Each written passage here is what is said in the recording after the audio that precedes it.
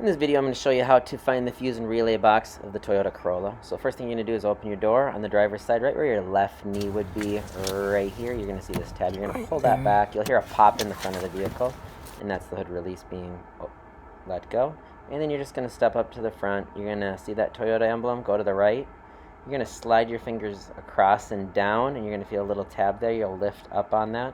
Here, I'll flip my hand upside down so I can do it with one hand.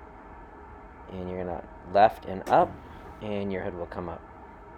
Then from there, right here in your engine bay on the right side, you'll see right here to the right of your battery. This is where your fuse and relay box is. You'll take that cover up, and on the back side of the cover, you will see all the locations of your fuses and relays. When you're done, you'll close the hood, and you just want to make sure that when you close it, you feel it firmly attached, and then you want to push down and hear it click, the latch right here, boom, and then you're done. So hopefully that helps you get into your fuse and relay box, and as always, thanks for watching. Please like and subscribe, and please check out one of my other videos.